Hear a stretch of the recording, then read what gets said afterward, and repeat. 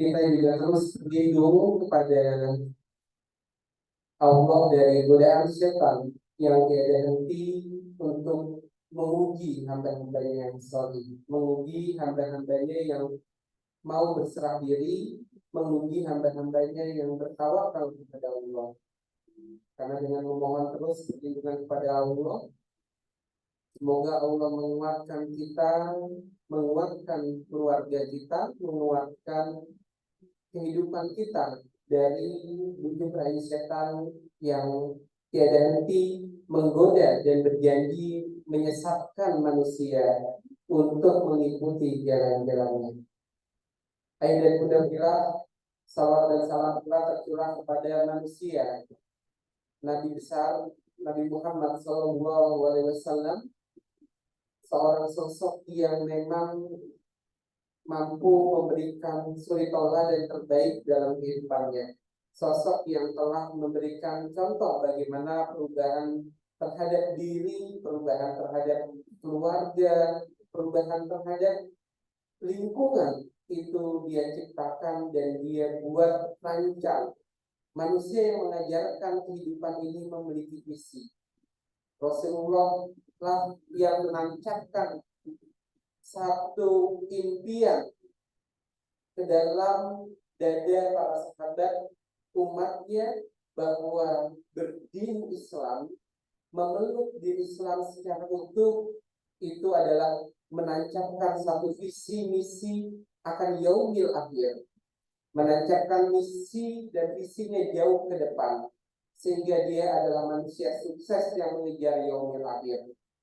Manusia yang sukses mengejar akhirat, karena dengan kesuksesannya menancapkan visi akhirat, maka dia pun sukses dalam menjalani kehidupan di dunia. Sukses menjadi pemimpin, sukses menjadi pengusaha, sukses menjadi profesi yang dimilikinya, sukses menjadi seluruh aktivitas apapun yang dia lakukan di dunia.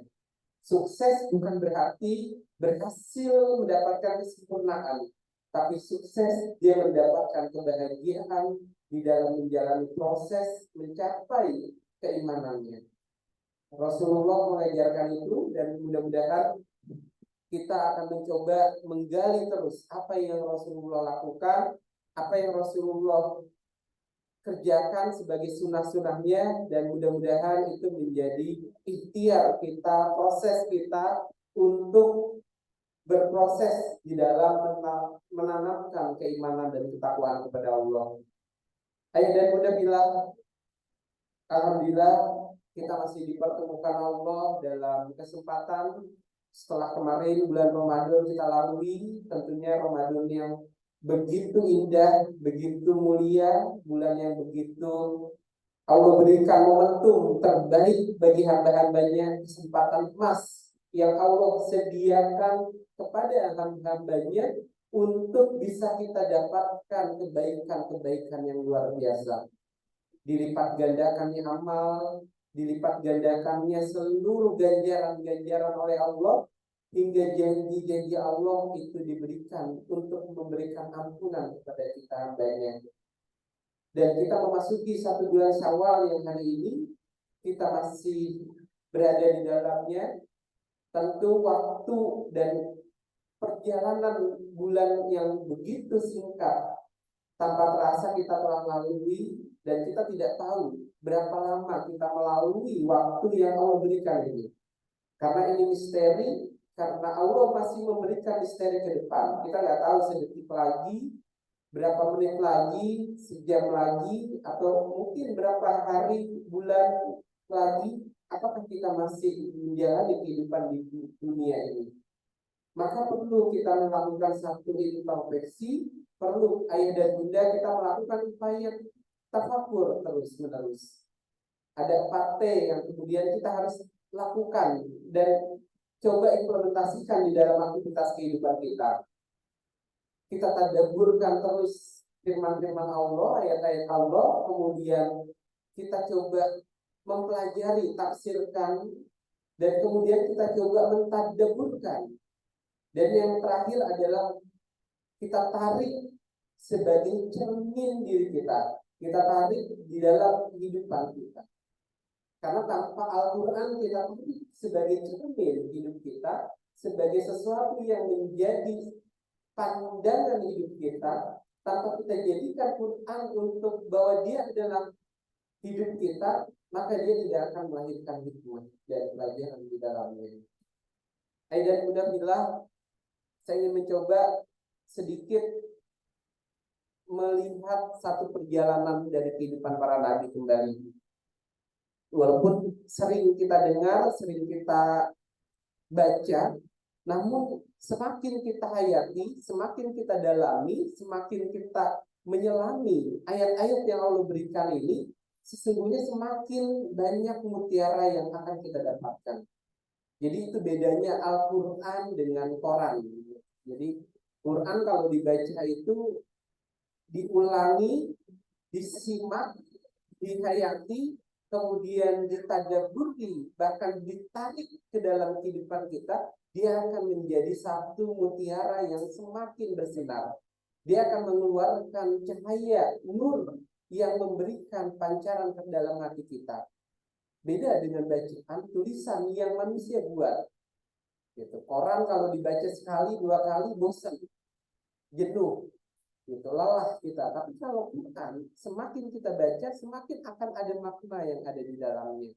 Maka ayah dan bunda sangat menjadi sebuah upaya kita mencoba mentadaburi kembali bagaimana ayat-ayat Quran kemudian memberikan satu kebahagiaan bagi kita.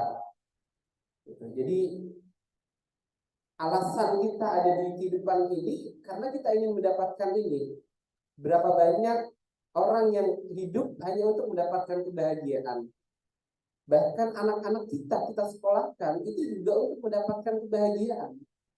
Tapi jangan sampai kebahagiaan ini kemudian kita ukur, kita labelkan, kita stempelkan bahwa untuk mendapatkan kebahagiaan itu jika saya sudah memiliki A, B, C, dan D.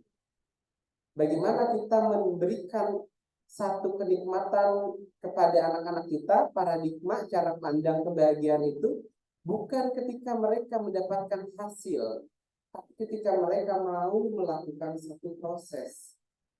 Dan kebahagiaan itu identik dengan yang namanya kenikmatan. Kenikmatan itu juga identik dengan yang namanya kesenangan. Siapa yang hidupnya nggak mau senang? Pasti setiap orang ingin mendapatkan kesenangan. Ayah dan bunda, tapi kesenangan inilah sesuatu yang terkadang salah dipersepsikan. Karena kebahagiaan melalui kesenangan itu, dia tidak akan menjadi kebahagiaan. Justru kebahagiaan yang diiringi dengan kesenangan akan melahirkan kesulitan. Jadi kebahagiaan yang diiringi dengan kesenangan itu akan melahirkan jalan-jalan payahan, jalan-jalan kegelisahan. Maka ayah dan bunda, manusia itu Allah ingatkan di dalam kehidupan dunia ini, di dalam satu upaya Allah, bagaimana kemudian manusia mendapatkan kenikmatan, bagaimana kemudian kunci kenikmatan itu dipahami dan didapatkan oleh kita di dalam hidup ini. Dan kunci kenikmatan itu akan bisa menjadi satu guidance, satu alat bagi kita untuk bisa meletakkan mungkin cara pandang terhadap hidup ini. Jadi ayah bunda, nikmat itu sesuatu yang apa ya? Kalau kita makan, ada di mana kenikmatan itu? Jadi rasa nikmat itu sesungguhnya rasa. Dia sesuatu yang apa ya? Tidak bisa berlama-lama kalau boleh dibilang kenikmatan itu. Maka Allah memberikan sinyal untuk bisa kita membedah akan nikmat yang bagaimana manusia dapatkan di dalam kehidupan ini. Itu Allah berikan satu petunjuk di dalam Al-Quran. Di dalam Al-Baqarah ayat 35. Nah, mungkin ayah dan bunda kita coba nanti ingin membedah ayat ini dan tidak terjebak dalam jebakan keinginan gitu. Nah, ini kita coba buka dulu di surat Al-Baqarah ayat 35 tadi yang sudah dibaca mungkin ya, di pembukaan. Apa yang Allah sampaikan di ayat ini? Wa qulna ya Adam uskun. Di sini Allah mengatakan dan kami berfirman yang artinya hai Adam, diamilah oleh kamu dan istri-istrimu surga ini. Apa yang Allah berikan kepada manusia saat itu? Apa yang ingin Allah berikan kepada kita? Hakikatnya Allah ingin memberikan sebuah tempat yang terbaik bagi manusia, bagi Adam dan keturunannya. Kata Allah, ada kata uskun, diamilah. Kalau disuruh diami, makna diami apa? Berarti suruh tinggal. Misalnya kita punya teman, itu apa Budi itu, wahai Budi, diami rumah saya. Berarti dia disuruh apa? Disuruh tinggal, disuruh tinggalnya lama atau sebentar kira-kira. Dia bicara apa di situ? Diami. Allah menyuruh Adam untuk mendiami sebuah tempat, sebuah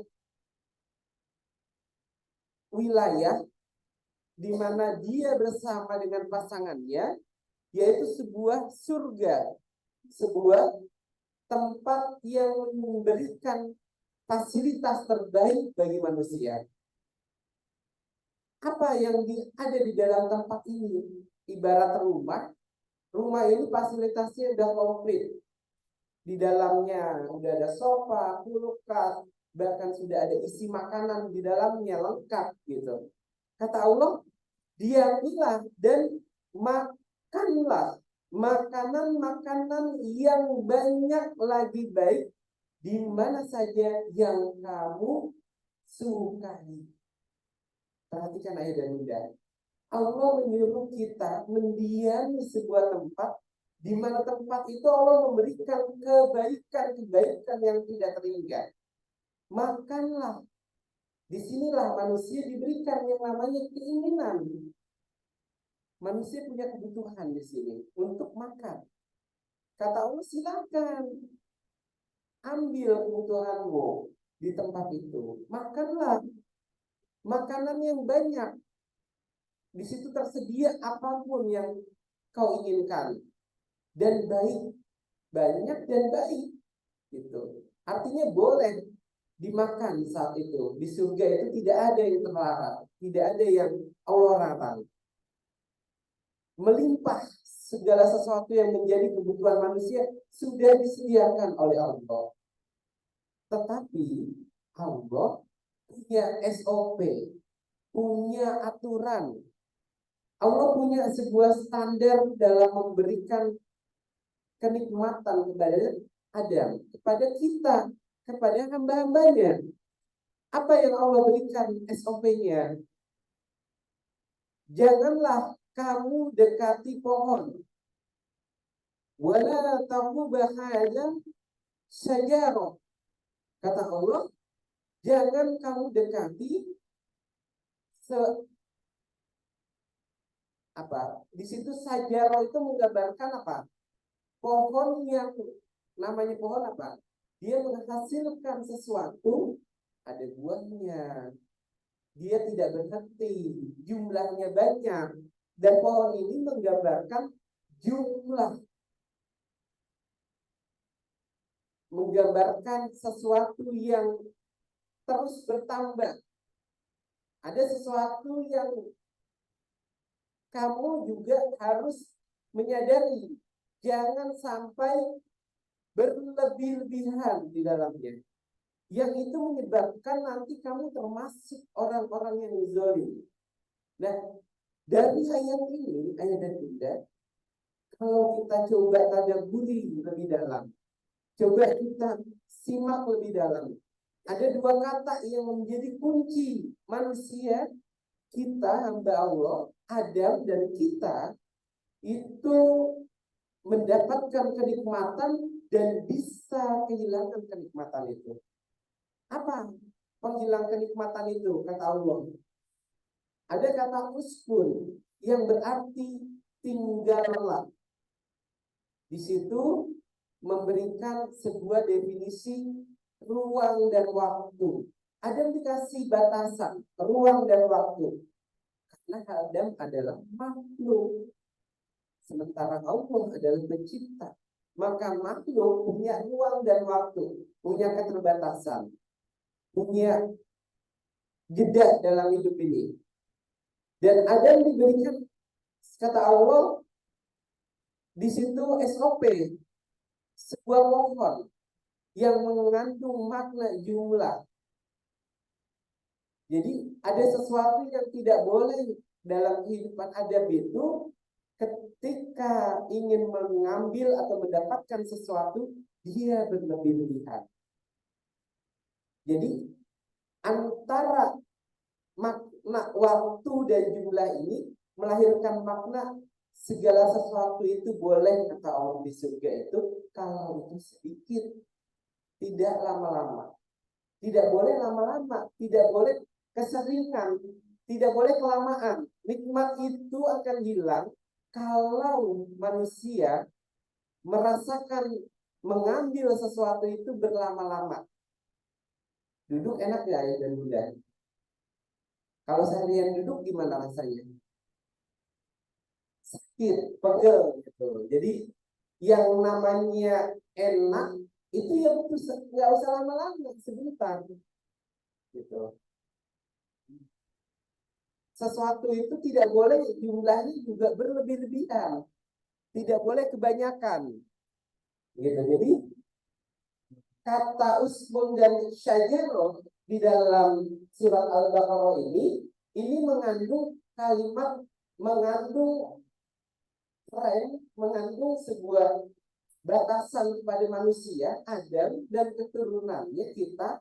Kalau kita mau mendapatkan nikmat dari Allah, maka janganlah pahami durasinya, pahami waktunya, pahami jumlahnya. Jangan sampai kelamaan dan jangan sampai kebanyakan. Kalau segala sesuatu kelamaan dan kebanyakan, maka niscaya yang nikmat itu menjadi hilang. Jadi kemerdekaan manusia atau kenikmatan yang dimiliki oleh manusia yang tidak dibatasi oleh waktu, yang tidak dibatasi oleh jumlah, maka dia akan kehilangan. Maka kenikmatan yang tidak dibatasi, dia akan muncul menjadi kegelapan, ayah dan bunda. Inilah problem kita, problem kehidupan ini. Berapa banyak manusia terlena dengan nikmat yang diberikan oleh Allah, dia tidak ingat waktu atas nikmat itu. Ya pertemuan itu yang enak, yang dikangenin yang sebentar. Kalau tiap hari ketemu terus kan lama-lama bosan gitu ya bunda. Jadi dalam hidup ini memang sesuatu yang menikmat itu memang yang harus sebentar. Makan yang nikmat itu ketika datangnya lapar.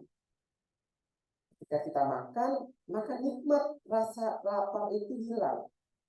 Karena dia waktu, menahan waktunya panjang. Kita lapar, maka puasa itu kenikmatannya ketika berbuka. Dan berbuka itu tidak perlu banyak. Dia mengajarkan makna ini puasa. Mengajarkan bagaimana kita mengatur waktu, bagaimana kita mengatur jumlah yang bisa kita nikmati dalam hidup. Ternyata kalau puasa itu bayangannya, aduh bakal lapar dan segala macam. Ketika berbuka itu bakal banyak yang mau kita makan. Tapi ketika berbuka cukup air hangat, kurma berapa butir, itu sudah cukup menggantikan rasa lapar yang berkali-kali lipat. Ternyata rahasia hidup itu ya sederhana. Gitu. Jadi ya yang bikin masalah hidup ya kita. karena tidak bisa mengatur waktu dan tidak bisa mengatur jumlah kenikmatan yang masuk ke dalam diri kita. Maka bagaimana nanti ayah dan bunda menerapkan ini dalam pendidikan? Ini sulit ayah dan bunda, sederhana tapi berat. Menerapkan, mengatur waktu dan jumlah agar segala sesuatu yang didapatkan oleh anak-anak kita tidak berlebih-lebihan, tidak kelewatan batas. Segala sesuatu yang dinikmati oleh anak kita, kalau dia kelebihan, kalau dia kelewatan batas, maka dia akan menjadi bahaya, jadi candu, gitu. Ya kayak hari ini handphone anak-anak kita apakah bisa kita hindari? Gak bisa, sulit. Ya paling yang bisa kita atur waktunya, durasinya, batasi, manage secara waktu. Lalu berikan SOP mana yang boleh dan tidak, kontrol dengan baik. Jumlahnya yang dilihat apa bolehnya. Ya paling itu nanti bisa teori ini kalau kita terapkan dalam setiap aspek itu luar biasa. Bahkan orang barat mengkaji teori ini, ayat ini, itu jadinya ratusan buku. Sampai mereka memberikan kesimpulan manusia mau sehat, mau baik, ya harus punya rumus ini. Atau boleh dibilang ini rumus diet gitu. Jadi rumus diet itu cuma bagaimana mengatur waktu dan pola makan yang baik. Makanya ketika puasa Ramadan selesai bukan berarti selesai. Ada Ramadan kemudian Allah berikan Syawal. Ada puasa di bulan Syawal ini. Ada bagaimana kita tidak lepas dari Ramadan ini. Ramadan meninggalkan apa? Ada hari yang terakhir yang begitu indah. Allah katakan ada Lailatul Qadar. Siapakah orang yang mendapat Lailatul Qadar? Mereka yang bisa mengamalkan aktivitas selama Ramadan di bulan-bulan setelahnya. Itulah Lailatul Qadar yang sesungguhnya yang bisa menjadi hikmah. Orang yang mau melakukan puasa setelah Ramadan, ya itulah mereka yang menjaga kesuciannya. Mereka lah yang menjadi orang yang terlahir kembali ke muka bumi ini. Mereka yang menjadi bayi yang suci. Dan untuk menjaga kesucian itu nggak mudah ya dan mudah. Berat. Karena kesucian itu hanya didapat dengan jalan proses tadi takwa. Jalan yang mendaki lagi sulit. Gitu. Jadi jalan untuk menjaga kesucian itu dia prosesnya mendaki, naik. Kalau naik itu apa? Ada levelnya. Naik itu ada tangga-tangganya. Pasti ada ujiannya. Pasti ada apa? Mungkin kerikil dan hambatan tantangan yang akan kita hadapi dan juga. Dan itu harus kita lalui. Mendaki lagi sulit kata Allah. Sudah mendaki dia sulit, tidak mudah. Gitu. Nah inilah bagi orang-orang yang beriman yang ingin menjaga Syawalnya, menjadikan Syawal ini sebagai momentum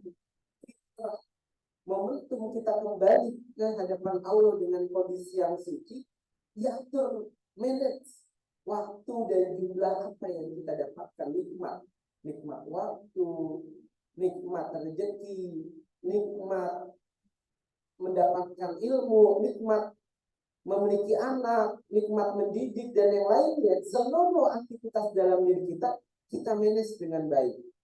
Kita atur dengan satu manajemen. Yang itu kita lakukan secara bersama-sama. Jadi diatur, di-manage sehingga kita tidak terjebak dalam tadi keinginan yang ini jebakan keinginan. Ya sibuk memikirkan yang belum ada dan lupa mensyukuri yang ada. Sibuk merisaukan hasil, lupa menikmati akan proses.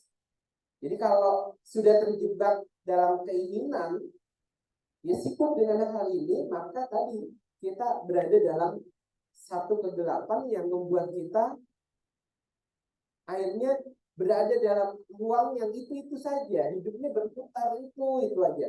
Bangun, cari kerja, cari rezeki, terus pulang, ketemu anak, pasangan, tidur, bangun, ya berputar seperti roda yang tidak ada sesuatu yang beda, tidak ada sesuatu yang baru dalam hidup kita. Nah, ini yang coba ayah dan bunda kita renungkan kembali. Jangan-jangan kenikmatan yang Allah berikan di dalam hidup kita ini tidak kita jaga. Ini kelamaan kita pegang. Kalau kelamaan apa? Yang muncul rasa memiliki tadi. Jadi orang yang kelamaan itu dia akhirnya ingin memiliki. Nah, kalau hidup itu sudah ingin memiliki, maka timbul tadi masalah. Dia akan iri dengan orang yang belum sama dengan dirinya. Dia akan mudah tidak sejalan, dan mungkin merasa akhirnya sombong dengan apa capaian yang dia lakukan dalam kehidupannya. Dia akan merasa bahwa yang dia dapatkan adalah hasil kerja keras saya. Yang saya dapatkan adalah karena ikhtiar saya.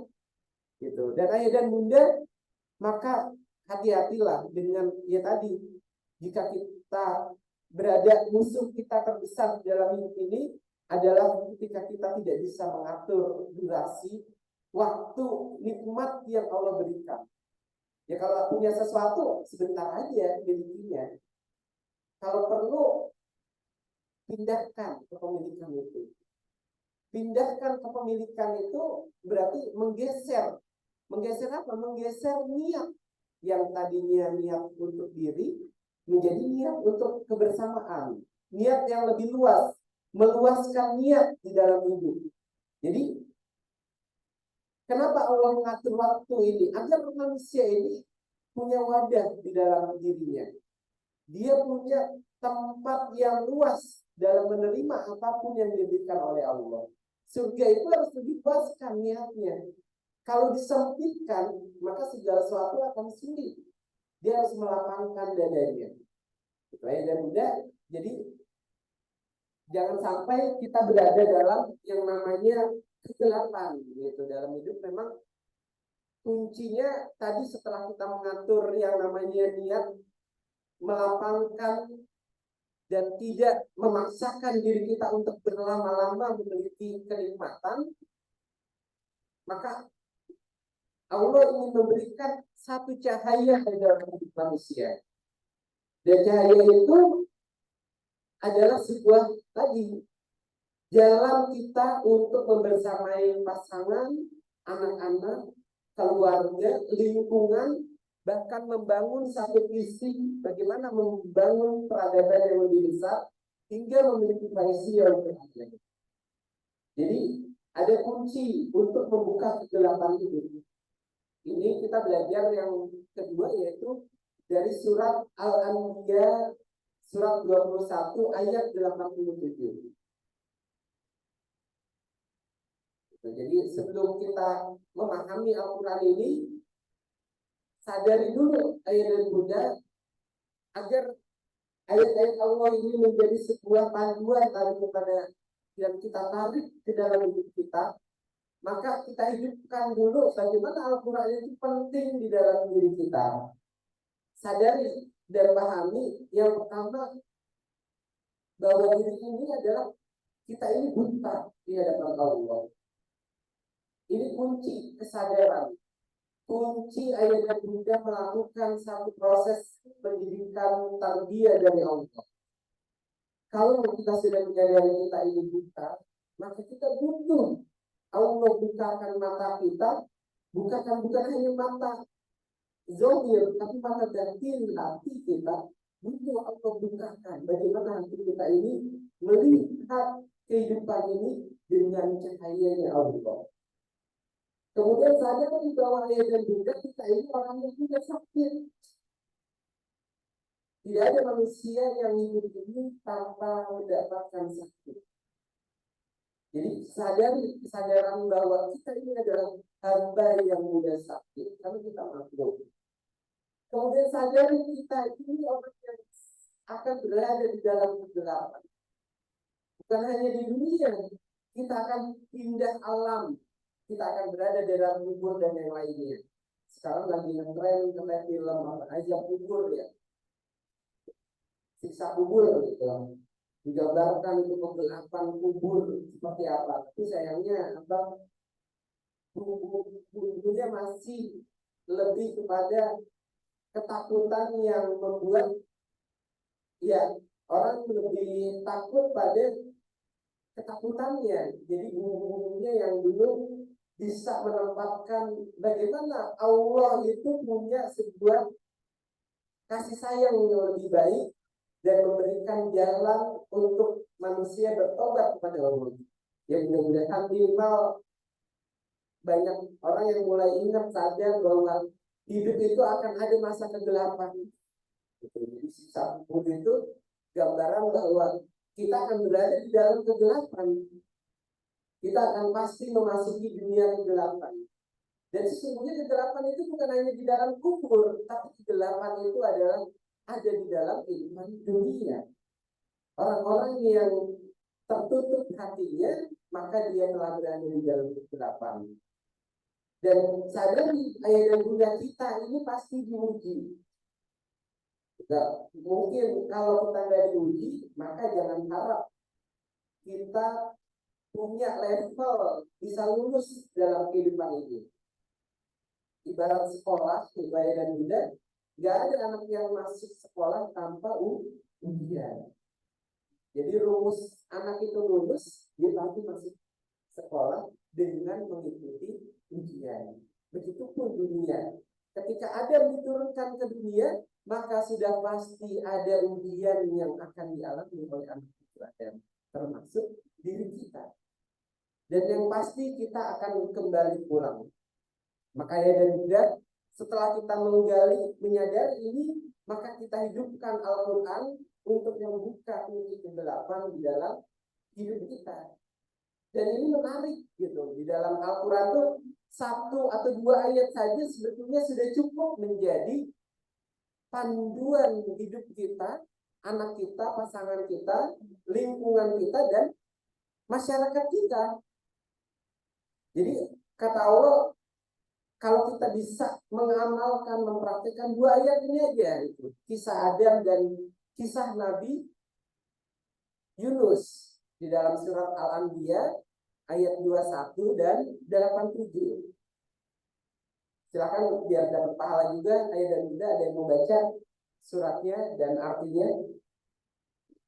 Saya bisa sambil minum.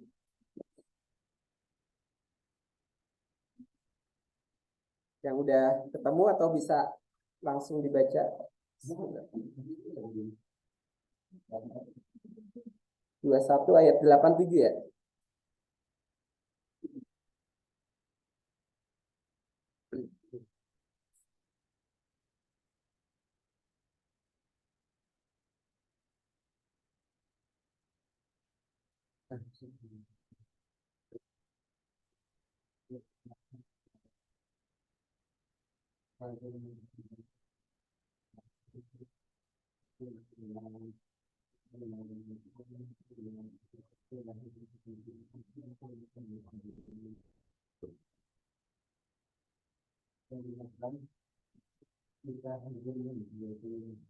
Ketika dia pergi dalam keadaan lalu dia menemukan bahwa kami tidak memiliki, maka dia berlaku dengan cara ini. Sangat berat. Untuk kami Tuhan tidak ada besar. Maka itu pun ibu seperti termasuk kami pergi kembali. Alhamdulillah kepada Allah dengan segala firman-Nya. Ayah dan bunda, kalau kita baca, apa yang kita baca? Kisah siapa yang bunda ini? Kisah Yunus, siapa Yunus? Kalau boleh dibilang, ini pun juga menjadi cermin. Bukan hanya kisah Yunus, tapi kisah kehidupan kita. Jadi, kisah ini adalah kisah kita, karena kita ingin juga menarik. Setelah kita tilawatkan, kita baca artinya, tafsirkan, kita tadabburkan, maka yang keempat adalah mari kita tarik kisah ini menjadi cermin kehidupan kita. Agar apa ya? Dan juga tadi agar kita mendapatkan di dalam kisah ini, karena setiap kisah adalah petunjuk. Dan setiap ayat adalah petunjuk dari Allah. Dan di dalamnya setiap kalimat dia merupakan petunjuk. Bahkan setiap huruf itu menjadi sebuah petunjuk kepada kita. Karena jika dengan Al-Quran engkau tidak juga terbimbing hidupmu, maka dengan apa engkau menjalani hidup kembali kepada Allah? Karena ini adalah petunjuk, mari kita coba paksakan kisah ini menjadi bagian dari kisah kehidupan kita ya dan mudah. Bagaimana Al-Quran menjadikan kisah ini petunjuk? Ada 5 cermin di dalam satu ayat ini yang coba kita jadikan sebuah kerangka dalam kehidupan, kerangka dalam membina kehidupan kita, keluarga kita dan anak-anak kita. 5 cermin inilah yang bisa kemudian kita lihat. Kita coba petakan di dalam hidup kita. Apa yang sudah, apa yang telah, apa yang akan kita lakukan di dalam menjalani kehidupan ini. Yang pertama adalah cermin yang pertama. Dan ingatlah kisah Zunnun, Yunus. Kata Allah ada kata ingatlah. Berarti sebuah kalimat yang membuat kita untuk menyadari bahwa kita ini manusia yang suka lupa. Kita ini manusia yang memang sering lalai, sering tergesa-gesa, sehingga harus diingatkan kembali. Jangan sampai kita menjadi manusia yang tidak ingin diingatkan di dalam hidup. Siapapun kita, saya, ayah dan bunda, mari kita saling mengingatkan. Dan Allah mengajak kita untuk mengingat kisah dari orang-orang terbaik. Dari para nabi, tadi Nabi Adam, kemudian ada Nabi Yunus. Apa yang mereka dapatkan dalam kehidupannya? Apa yang mereka lalui dalam kehidupannya? Ingatlah kisah Yunus, inilah kisah dirimu, inilah cermin hidup kita. Bahwa perjalanan hidup ini adalah ketetapan dari Allah. Jadi dengan mengingat ini, Allah ingin mengatakan bahwa hidup itu sudah Allah atur. Jadi ada kehidupan ini yang sudah diatur oleh Allah. Jadi jangan menjadi manusia yang mau sok ngatur. Apalagi sok buat aturan, SOP buat hidup. Mau menandingi Al-Quran. Mau mengatakan Al-Quran yang dibuat oleh Allah ada argumentasi yang terbaik. Maka jangan suka berasumsi terhadap hidup ini. Kalau sudah lahir asumsi, maka dia akan melahirkan hawa nafsu di dalam dirinya. Maka dia akan melahirkan ego di dalam dirinya. Kalau sudah ego, dia nggak mau diingatkan. Dia merasa lebih baik, seperti iblis. Dia ego, nggak mau diingatkan oleh Allah. Padahal Allah sudah ingatkan, hai iblis, tunduklah kepada Adam. Tapi dia nggak mau diingat karena apa?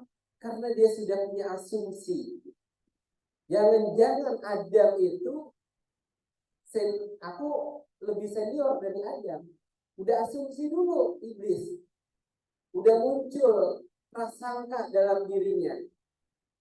Aku ini lebih sempurna. Aku ini lebih tidak bisa di bawah statusnya Adam. Aku ini harus paling dipercaya oleh Allah. Walaupun udah beriman, gitu. Walaupun iblis udah yakin sama Allah, tapi iblis membuat keimanan itu runtuh karena ego asumsinya, karena prasangka-prasangkanya. Maka hati-hati ya dan bunda, prasangka itu bisa meruntuhkan keimanan kita. Ego itu bisa meruntuhkan keimanan kita. Orang yang tidak mau diingatkan itu udah mulai egonya. Maka orang yang beriman itu rela diingatkan. Siapapun, bahkan oleh anak kecil yang ada di bawah kita, kalau itu dia baik dan benar, ikuti nasihatnya. Bahkan dari orang munafik sekalipun, kalau itu mengingatkan kita, ambil yang baik. Gitu. Jadi memang rumus hidup itu mau diingatkan ayah dan bunda. Maka perjalanan hidup akan menjadi ketetapan Allah kalau manusia mau diingatkan. Jadi makanya kita butuh ayah dan bunda mengkalibrasikan diri kita, keimanan kita dengan mengingatkan. Ada pertemuan ayah dan bunda, ada kajian mungkin sebulan sekali gitu. Ya ini adalah ruang kita untuk saling mengingatkan. Karena tanpa ini kita akan menjadi orang-orang yang bisa jadi apa tadi ego angkuh dengan apa yang menjadi capaian-capaian kita. Bisa jadi kita sombong dengan ibadah kita, dengan amal-amal yang kita miliki. Wah, saya sudah hafal Al-Quran, sudah baca berapa juz, sudah menjalankan kewajiban sholat dan sunnah-sunnahnya. Jangan-jangan ibadah itu kemudian dilandasi oleh ego dan nafsu yang bisa menggugurkan ketulusan, keikhlasan kita dalam beribadah ya dan bunda. Maka hiduplah untuk mau saling diingatkan. Jadi kunci dari kisah Yunus ini pertama mau diingatkan. Maka anak itu kalau udah di rumah itu kuncinya apa? Pendidikan itu mau diingatkan. Jangan cuma kita mengingatkan anak, tapi kita juga mau diingatkan oleh anak pula. Jadi orang tua itu dalam mendidik kuncinya dalam rumus mengingatkan itu jangan sampai satu arah, jangan sampai hanya kita diingatkan, mengingatkan anak. Ayo nak sholat, ayo nak puasa segala macam. Tapi kita nggak mau diingatkan oleh anak kita. Kita nggak mau diingatkan oleh mereka dengan kebaikan-kebaikan yang telah mereka kerjakan. Jadi rumus ingat ini memang rumus luar biasa ayah dan bunda. Gitu. Sampai akhir hayat kita yang harus konsisten mau diingatkan. Kedua, yang menjadi cermin dari kisah Yunus ini di ayat yang kedua tadi Allah katakan ketika Yunus mengalami satu kondisi apa? Keadaan Yunus seperti apa saat itu? Dia menghadapi satu kaum, satu kondisi masyarakat yang susah untuk diingatkan. Bahkan dalam sebuah riwayat dikatakan mungkin dari jumlah kaum Nabi Yunus itu, jadi yang bisa diajak biasanya apa ya, boleh dibilang yang di closing oleh Nabi Yunus untuk dengerin, untuk mau ngikutin dia dari ratusan ribuan itu hanya 2 orang. Padahal udah tiap hari, tiap menit diingetin, jangan menyebutkan Allah, jangan menyembah berhala, jangan menyembah, jangan kalian lalai oleh waktu, jangan kalian lalai oleh pekerjaan kalian, jangan kalian lalai oleh kenikmatan yang sementara dalam hidup, tapi mereka sulit sekali diingatkan. Ini adalah fenomena ketetapan Allah. Dalam hidup itu akan seperti itu. Kita pun akan menemui sebuah kondisi di mana kita akan sulit mengingatkan orang lain dan sulit juga diingatkan. Pasangan kita, anak kita, lingkungan kita, udah tahu itu akan hidup, tapi tetap masih aja dilakukan. Jadi mengingatkan itulah kondisi yang diciptakan oleh Allah, dibuat oleh Allah, ada di dalam kehidupan dunia. Makanya Adam diturunkan di dunia agar Adam mau kembali diingatkan oleh Allah. Bedanya Adam dari iblis, Adam mau diingatkan sehingga Allah menerima taubatnya nabinya. Sementara iblis tidak mau lagi diingatkan oleh Allah. Maka disinilah ayat yang berikutnya adalah kata Allah, sikap yang dimiliki oleh Nabi Yunus. Inilah cermin kehidupan kita.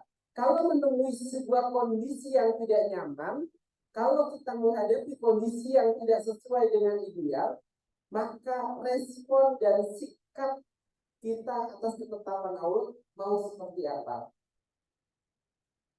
Ayat ini menggambarkan bahwa di dalam kehidupan ini segala sesuatu banyak yang nggak bisa kita kendalikan, banyak yang nggak bisa kita atur, banyak yang nggak sesuai dengan keinginan kita. Hidup itu penuh dengan dinamika, konflik dan yang lainnya. Maka ayat ini menggambarkan mau seperti apa. Kalau Yunus saat itu dia marah, responnya apa? Yunus marah dengan keadaan ini. Yunus sering lari dari keadaan ini. Sering diriwayatkan dalam beberapa riwayat, Yunus sering ke lautan menyendiri. Sering healing, lari dari problem, jalan-jalan. Tidak, sebenarnya jalan-jalan. Mungkin healing jalan-jalan itu jangan-jangan supaya lari kita dari masalah, dari problem yang kita hadapi, dari kejenuhan yang kita miliki, sehingga kita ingin melampiaskannya ke jalan-jalan, wisata, jalan-jalan. Ya itulah sikap respon manusia, itulah sikap respon kita ketika kita melihat realitas, sibuk kerja, sibuk ngajar, sibuk mendidik anak, ujung-ujungnya ayo jalan-jalan, Sabtu Minggu weekend enaknya jalan-jalan, wisata keluar biaya, keluar masalah lagi. Pulang wisata yang ada bukan hilang masalah tapi nambah masalah, pengeluaran bengkak, capek, sakit, pusing, stres, dan itu bukan menyelesaikan masalah karena itu bukan hidup sesungguhnya. Walaupun boleh wisata, tapi jangan lama-lama tahu loh. Sebentar aja. Maka yang namanya wisata itu jadi enak kalau sebentar. Kalau nggak balik-balik apa namanya? Transmigrasi ya udah. Jadi pindah dari pemukiman satu ke pemukiman yang lain. Jadi wisata itu tadi kayak Nabi ada jangan lama-lama. Sebentar aja, biar itu nikmat, dikenang keindahannya. Jadi kita bisa mengingat memori yang indah. Oh, wisata kemarin jalan-jalan begini itu jadi indah kalau sebentar. Gitu. Lapar-lapar, macet, makan seadanya. Gitu. Jangan banyak-banyak. Kalau banyak-banyak muntah nanti. Nah itu simbol kehidupan kita seperti itu. Kata Allah di cermin ayat yang kedua adalah bagaimana kita merespon setiap aktivitas kita. Karena banyak segala sesuatu yang ternyata tidak bisa kita atur. Bukan keinginan kita, itu keinginan Allah. Gitu. Ketika Yunus menemukan kaum yang sulit diingatkan, itu bukan keinginan Yunus, itu keinginan Allah. Maka responnya apa? Jangan Yunus marah, jangan Yunus lari dari masalah. Kalau kita ketemu anak yang ngeyel, anak yang bandel, anak yang nakal, susah diingatkan, jangan kita marah-marah. Jangan mudah emosi gitu, jangan mudah menjudge seorang anak labelnya nakal dan yang lainnya. Boleh jadi dia nakal karena kita belum memberikan respon yang baik kepada dia. Jangan-jangan kita belum bersama dia dengan waktu yang lebih baik. Jangan ya itu banyak, jangan-jangan kitanya yang belum diingatkan, bukan anak kita. Jangan-jangan memang kitanya yang sedang punya masalah sehingga kita melampiaskan kepada anak-anak. Jadi pendidikan itu respon itu penting. Gitu. Apalagi para ustadz dan ustadzah, guru itu penting merespon anak. Jangan sampai memutuskan segala sesuatu itu menyimpulkan dengan mudah, dengan cepat. Si anak kok begini, gitu. Apa sulit nangkep, sulit fokus. Gali dulu apa penyebabnya. Apa yang membuat dia tidak fokus, apa yang membuat dia cepat capek dan yang lainnya, susah hafal dan yang lainnya. Gali terlebih dahulu. Oh mungkin bakatnya beda, oh mungkin kemampuannya lebih, ketetapan Allah beda-beda. Karena manusia diberikan potensi oleh Allah tidak sama. Jadi jangan sampai kita menyimpulkan terlebih dahulu sebelum Allah menyimpulkan. Oh anak ini ternyata emang nggak bisa diatur gitu. Ini anak paling bandel di kelas gitu. Jangan-jangan nanti akhir hidupnya dia menjadi orang yang sukses dalam beragama, dalam ketaatan kepada Allah. Gitu. Jadi apa ya? Kita memang butuh proses. Gitu. Responlah segala sesuatu yang ada di dalam aktivitas kehidupan kita dengan respon bahwa itu adalah ketetapan Allah. Jangan-jangan yang sulit diingatkan itu bagian dari ketetapan Allah. Punya suami ngeyel, punya istri yang susah diingatin, ya ada timbal balik anak yang apa nggak nurut gitu. Jangan-jangan itu bagian dari ketetapan Allah. Apa? Untuk menguji kesadaran kita, untuk mengingatkan kita bahwa kita adalah hamba Allah. Latihan lagi sabar, latihan lagi untuk bisa apa mengingat apa ketetapan Allah. Dan yang ketiga cerminnya adalah di ayat yang selanjutnya yang artinya lalu dia menyangka bahwa kami tidak akan menyulitkannya. Jadi Yunus itu menyangka bahwa Allah tidak akan menyulitkannya. Di ayat ini menggambarkan bahwa pada hakikatnya manusia akan mendapatkan satu ujian. Pada hakikatnya manusia akan tadi mendapatkan bagian dari cobaan di dalam hidupnya, entah finansial, kesehatan, hubungan, atau apapun bentuknya itu pasti kita dapatkan. Maka kata Allah, jangan sampai kita tidak mau melewati ujian yang Allah inginkan. Jadi kalau ujiannya nggak dilewati, ini namanya apa ya? Jadi kalau anak sekolah ujian, siapa yang ngasih ujian itu?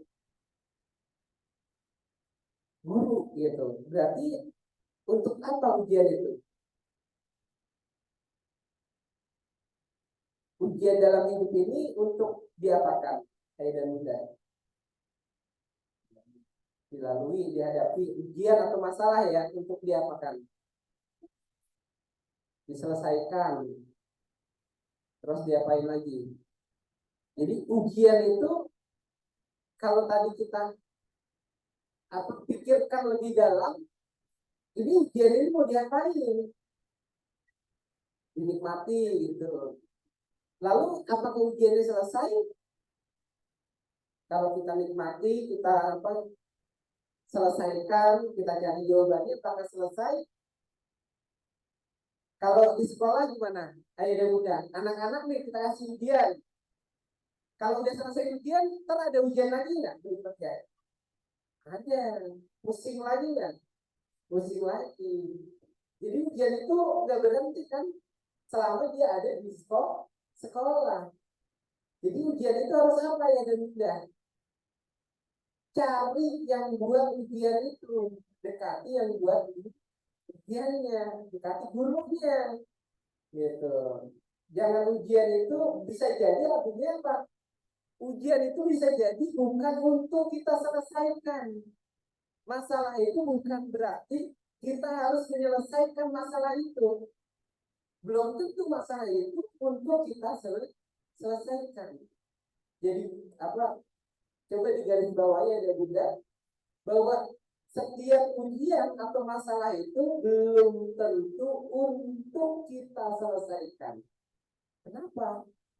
Bisa jadi yang menyelesaikan itu yang membuat ujian.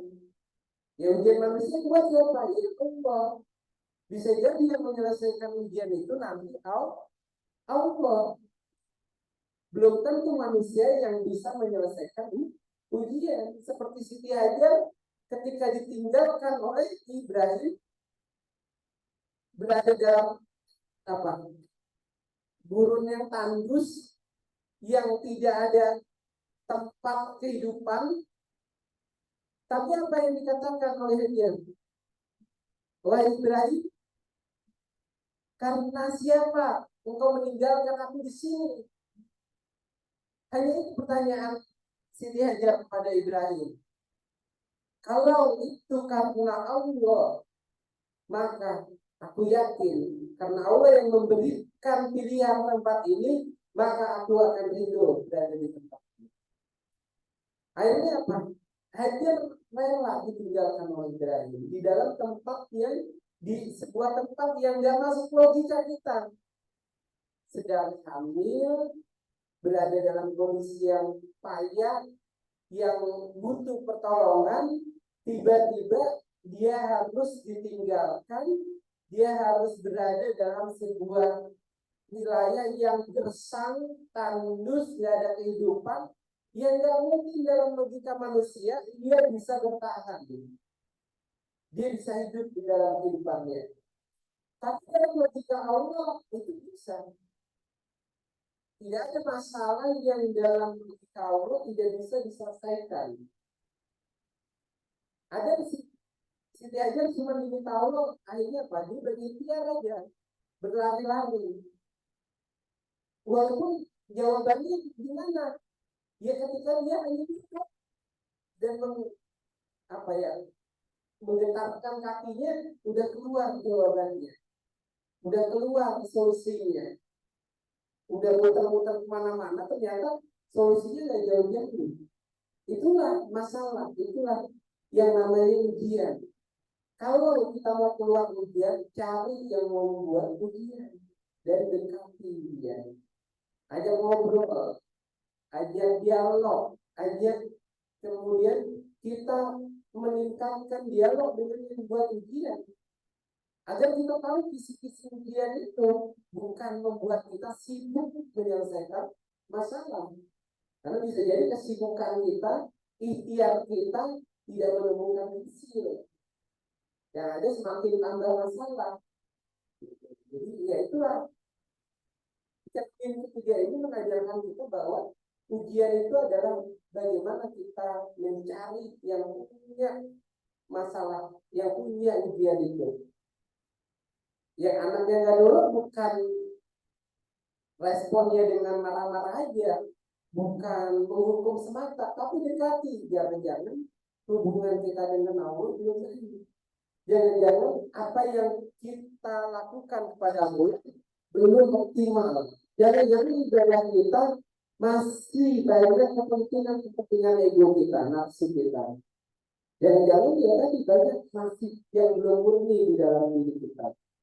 Jadi kemudian kata Allah, kemudian respon yang selanjutnya, cermin yang selanjutnya adalah merespon terhadap kondisi kegelapan.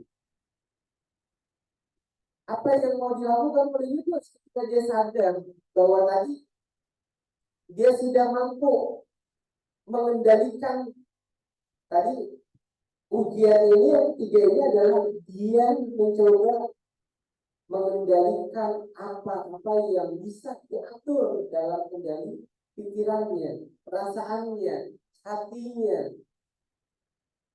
Dengan apa? Mengingat Allah. Jadi ujian ini tadi, rumus ujian adalah kita melakukan healing, mengingat kepada Allah. Setelah mengingat kepada Allah tadi, barulah kita merespon yang namanya situasi kegelapan, kesulitan. Sebagaimana Yunus merespon kegelapan yang dialaminya. Apa yang dialami oleh Nabi Yunus kegelapannya? Ketika dia lari dari masalah, dia lari dari kaumnya, kemudian dia harus menghadapi kegelapan dengan ditelan oleh ikan paus. Kegelapan pertama dia masuk ditelan ke dalam ikan paus. Kegelapan yang kedua, dia berada di dalam ikan pausnya menyelam kedalaman 2000 meter. Kedalaman yang paling dasar. Jauh dari kehidupan mungkin. Bayangkan 2000 meter dasar laut itu ikan paus menyelam. Luar biasa gelap, dingin. Ditambah situasinya malam hari. Jadi simbolnya ada 3 kegelapan, 3 tingkatan. 3 kondisi yang membuat Nabi Yunus berada dalam situasi kondisi yang dia berada dalam kesulitan yang sangat-sangat sulit saat itu ketika dia lari dari masalahnya. Apa yang harus dilakukan oleh Nabi Yunus saat itu? Apakah dia mengambil sesuatu untuk melawan, memberontak gitu. Untungnya Nabi Yunus bukan dimakan oleh Allah, tapi ditelan. Ditelan itu berarti apa? Kalau anak ditelan gitu, kelereng ditelan, bisa nggak dikeluarin? Masih bisa. Tapi kalau udah dimakan, udah dikunyah, udah proses dalam tubuh, dia sulit keluar. Tapi kalau ketelan masih bisa keluar. Kalau nggak dimuntahin, dibuang melalui pembuangan ya, BAB dia mungkin. Nah itu artinya Nabi Yunus Allah berikan simbol. Kalau kita mau menghadapi kehidupan ini ya, dunia ini jangan sampai kita dimakan oleh kehidupan ini. Jangan sampai apa yang ada di dunia ini, kesenangan-kesenangan yang ada di dunia ini memakan kita. Kalau menelan kita terlena, terjebak dalam aktivitas mencari keinginan-keinginan, ingin punya rumah, kendaraan dan yang lainnya. Kemudian kita terjebak dalam keinginan-keinginan itu, maka segeralah keluar dari keinginan itu. Bukan nggak boleh ya orang muslim punya fasilitas, tapi maknai dulu. Kita mau punya fasilitas itu untuk apa? Segera tarik dulu keluar dari kegelapan. Jangan-jangan kita punya rumah untuk kesenangan kita semata. Jangan-jangan kita punya pekerjaan hanya untuk diri kita, hanya ingin memuaskan diri kita. Kita ingin dianggap orang yang berhasil dan yang lainnya, ingin mendapat pandangan terhormat dan yang lainnya. Keluar dulu paradigma itu.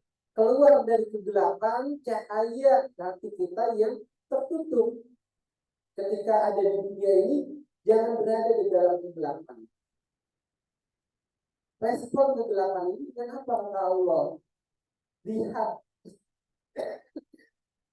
Jadi kita coba fokus pada apa? Tadi pada masalah. Pada yang memberikan solusi dari kegelapan itu, maka kita diajarkan untuk melihat kembali fokus kepada yang memberi solusi, yaitu Allah. Bagaimana kita fokus ke Allah? Bagaimana kita mentaati Allah? Bagaimana kemudian ketaatan kita kepada Allah merupakan ketaatan yang juga dilakukan oleh para nabi dan rasul. Bagaimana kita diampuni oleh Allah? Fattabi'uni, kata Allah. Ketika engkau ingin mentaati Allah, maka engkau juga harus mentaati Rasul. Ada ikrar ketaatan kepada Allah. Ikrar ketaatan kepada Allah juga harus melalui ketaatan kepada Rasul. Kenapa ketaatan itu berpimpinan?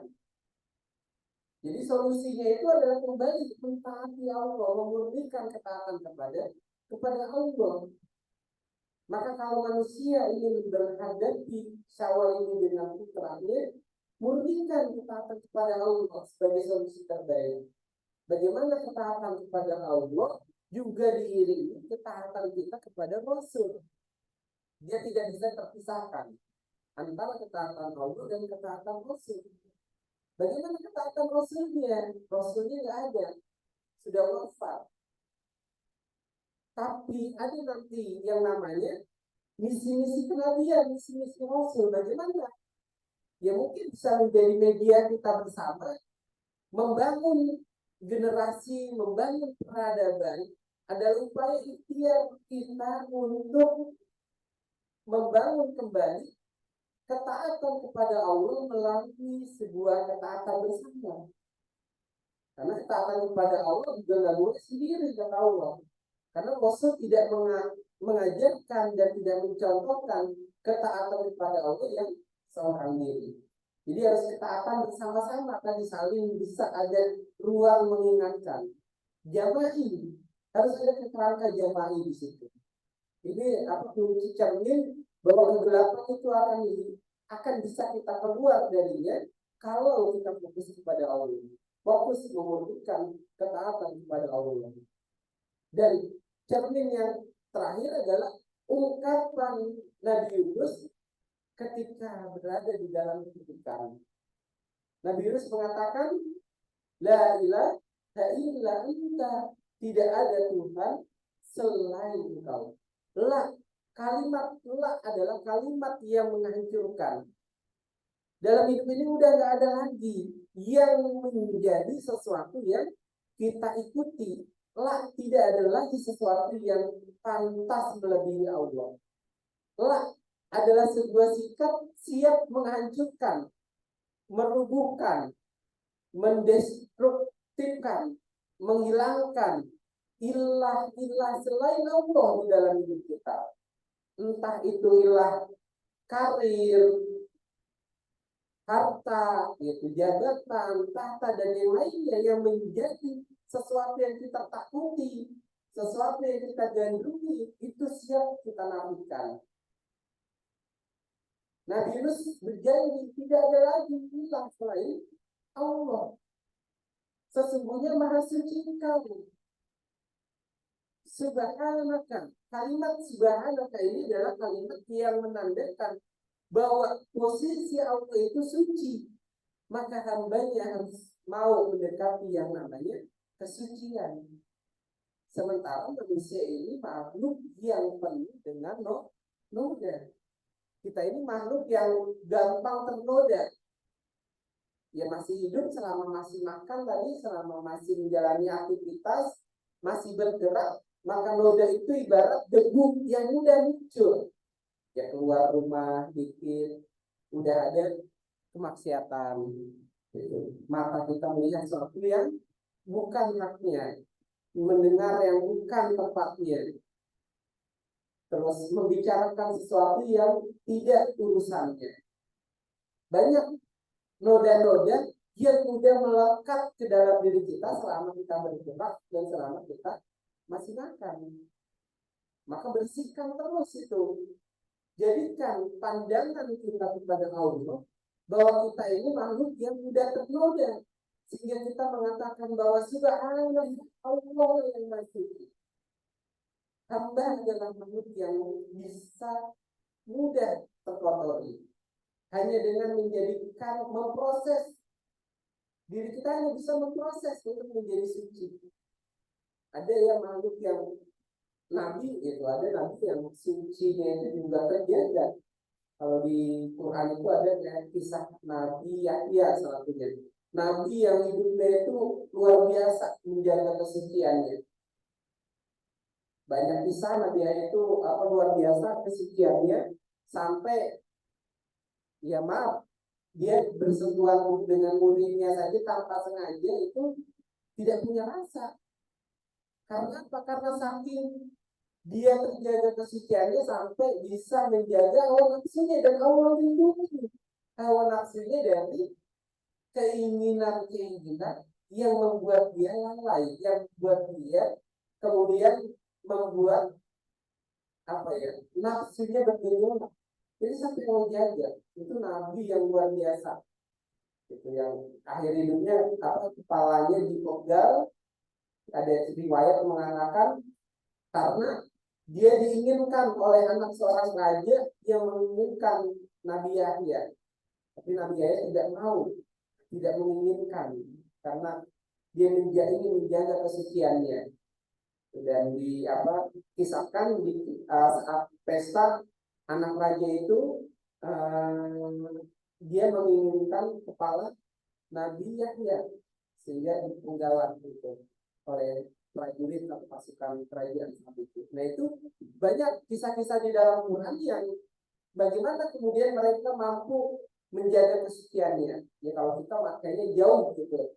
Tapi kita tidak putus asa. Kita terus mencoba memproses diri kita, mengingatkan diri kita untuk bisa menjaga kesucian kita. Agar apa? Tahu dan kita berlindung sebagaimana Nabi Yunus, dia juga mengatakan sungguh aku termasuk orang-orang yang zalim. Nabi Yunus menyadari dirinya. Kesadaran terhadap diri ini penting ternyata. Kesadaran terhadap siapa diri kita ini penting. Dan tanpa kesadaran diri kita, tanpa kita membangun terus menyadari siapa diri kita di hadapan Allah di muka bumi ini, maka tadi diri kita akan mudah terlena. Kayak dan mudah, coba kita terus bangun kesadaran akan bagaimana diri kita sebagai seorang manusia yang memang mau menyadari akan apa yang menjadi kehidupan ini. Dan ayah dan bunda, dari kisah ini kita coba ambil pelajarannya. Ini silakan coba dipraktekkan, coba kita jadikan amalan-amalan kita. Yang pertama adalah apapun kejadian yang ada, maka berdamailah, karena setiap keadaan atau masalah pasti itu Allah punya pesan cintanya. Dan setiap segala sesuatu itu butuh pengakuan dan permintaan. Kemudian segala ayat ini di dalam surat ini juga memberikan hikmah kepada kita untuk terus mensucikan Allah atas seluruh kejadian dalam hidup. Dengan apa? Semua ditatap dengan tadi pandangan keimanan kita kepada Allah, agar kita dapat menemukan keindahan hidup ini yang sesungguhnya. Kemudian selalu berbaik sangka kepada Allah dan selalu merendahkan diri karena sadar kita ini kotor dan tidak meninggi di hadapan siapapun. Yang kemudian juga kita meresapi semua kalimat subhanallah. Kalimat subhanallah, baik nanti kalimat itu luar biasa ya, subhanallah di dalam sholat, di dalam kehidupan aktivitas kita, doa-doa, itu banyak kalimat subhanallah yang Allah selipkan untuk kita maknai, untuk kita coba hayati bahwa hanya milik Allah kesucian itu. Karena Allah adalah makhluk yang suci dan memberikan kesucian, maka jagalah kesucian itu. Jagalah kesucian Allah di pasangan kita, jagalah kesucian Allah di anak-anak kita, jagalah kesucian Allah di lingkungan kita, jagalah kesucian Allah di masyarakat kita, dan selalu menyempatkan diri tafakur kepada Allah.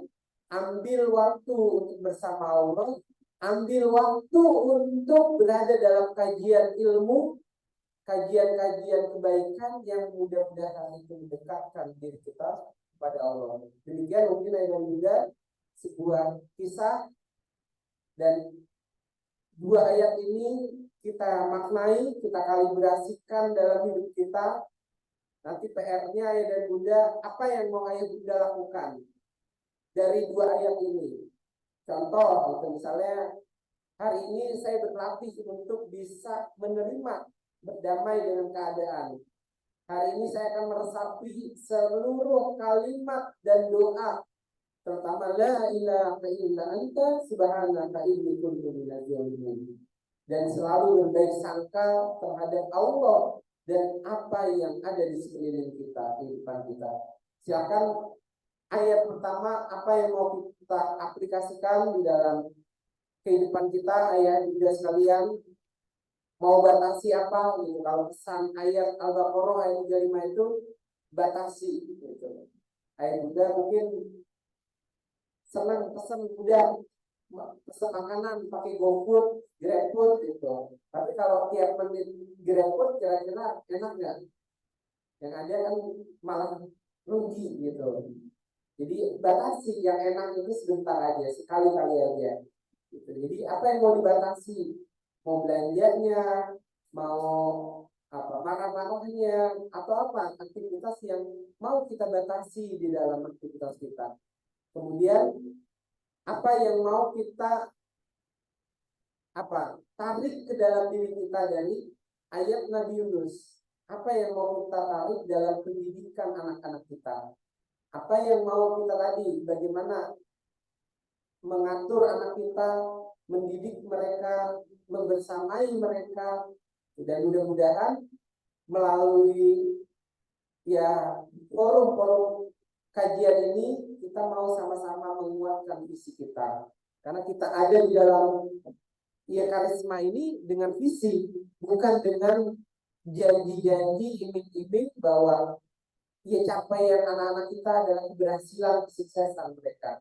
Tapi kita ingin memberikan mereka visi, mudah-mudahan visi yaumil akhir tertanam di anak-anak kita. Visi bahwa mereka punya cita-cita yaumil akhir itu menjadi sebuah semangat kesadaran mereka, mereka adalah sebagai hamba-Nya Allah. Mereka sebagai khalifatullah dan mereka sebagai rahmatan lil alamin. Itu dan juga yang mungkin bisa coba kita sama-sama pelajari dan tarik kembali dalam cermin kehidupan kita bersama. Mudah-mudahan ini bisa menjadi pengingat khususnya saya pribadi. Saya mohon maaf pada dan juga atas segala khilafan yang benar hanya datang dari Allah dan kesalahan itu adalah dari saya. Saya akhiri terlebih dahulu. Bila taufik wal hidayah. Assalamualaikum warahmatullahi wabarakatuh.